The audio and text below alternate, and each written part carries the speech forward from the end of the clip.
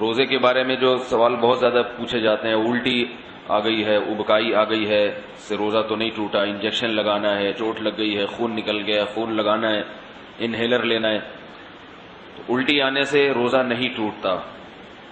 الٹی آنے سے روزہ اس وقت ٹوٹے گا جب دو شرطیں پائی جائیں گی. ایک یہ کہ الٹی منہ بھر کر ہو بہت زیادہ، اور منہ بھر کر الٹی ہوئی اور آپ نے اس کو نگل لیا تو نگلنے سے روزہ ٹوٹ جائے گا. دوسری شرط یہ ہے کہ الٹی منہ بھر کر ہو، خود سے نہ ہو بلکہ آپ نے جان بوجھ کر کی ہو، منہ بھر کر اچھی طرح سے ہو. منہ بھرنے کا مطلب یہ ہوتا ہے کہ اتنی زیادہ ہو کہ آپ اگر روکنا چاہیں تو وہ روک نہ سکیں، اس کو منہ بھر کے کہتے ہیں. ورنہ اب منہ ہر ایک کا جو ہے کیونکہ وہمی لوگ جو ہے نا، پھر وہ وہمی لوگ جو ہے نا وہ تنگ کرتے ہیں. وہمی کہتے ہیں اب مجھے پتہ ہی نہیں چل رہا کہ میرا منہ بھر کے ہوا ہے یا منہ تھوڑا ہوا ہے. تو بھائی اب منہ تو آپ کا اپنا ہے، میں تھوڑی پتہ لگا سکتا ہوں کہ آپ کا منہ بھرا ہے کہ نہیں بھرا. اس کا ایک فقہا نے ضابطہ بیان کیا ہے کہ اتنا کہ منہ میں روکنا اس کو ممکن نہ ہو. تو چھوٹی موٹی ابکائیاں آتی ہیں، چھوٹی موٹی الٹیاں آتی ہیں، یہ اگر نگل بھی لیں تو بھی روزہ نہیں ٹوٹتا. ابکائی آئی اور آپ واپس لے گئے تو نہیں ٹوٹتا. تو منہ بھر کر ہو اور آپ اس کو نگل لیں، یا نگلیں تو نہیں لیکن وہ منہ بھر کے خود سے نہیں ہوئی بلکہ آپ نے حلق میں انگلی ڈال کے قے کی ہے. تو عام طور پر ایسا کوئی کرتا نہیں ہے روزے میں، اس لیے اس کو اتنا بیان کرنے کی ضرورت بھی پیش نہیں آتی.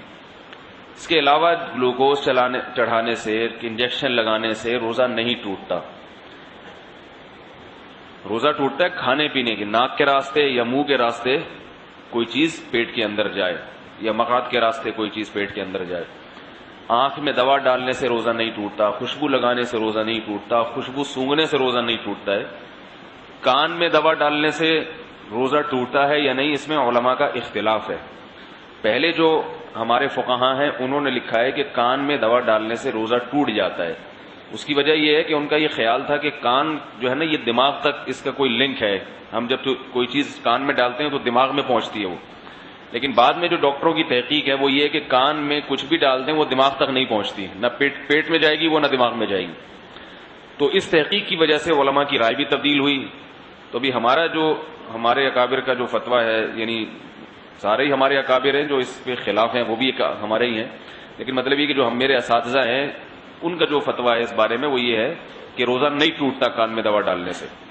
البتہ ہمارے ہی اکابر میں بعض اس کے قائل ہیں کہ ٹوٹ جاتا ہے. تو احتیاط یہ کہ نہ دوا ڈالی جائے، اور اگر کسی نے دوا ڈال دی ہے تو بھی کچھ نہیں ہوتا، انشاءاللہ روزہ نہیں ٹوٹے گا.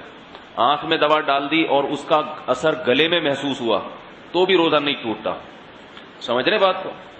تو سر میں تیل لگانے سے روزہ نہیں ٹوٹتا، احتلام ہو جانے سے، نائٹ فال ہو جانے سے روزہ نہیں ٹوٹتا.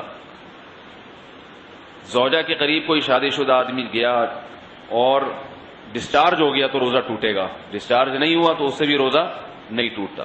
اور یاد رکھیں اگر اس نے ہم بستری کر لی تو پھر جو ہے روزہ بھی ٹوٹے گا اور 60 روزوں کا کفارہ بھی ہے اس کے اوپر. زوجہ سے ہم بستری بالکل حلال نہیں ہے روزے کی حالت میں، اور ویسے جان بوجھ کر روزے میں کھا لیا تو بھی روزہ ٹوٹے گا بھی، اور 60 روزوں کا کفارہ بھی ادا کرنا پڑے گا اس کو. تو رمضان میں کھانے کی اجازت نہیں ہے روزے کی حالت میں. روزہ ہی کیسا جس میں کھانے کی اجازت ہو، تو سزا بھی ملے گی، صرف روزہ نہیں ٹوٹے گا اس میں.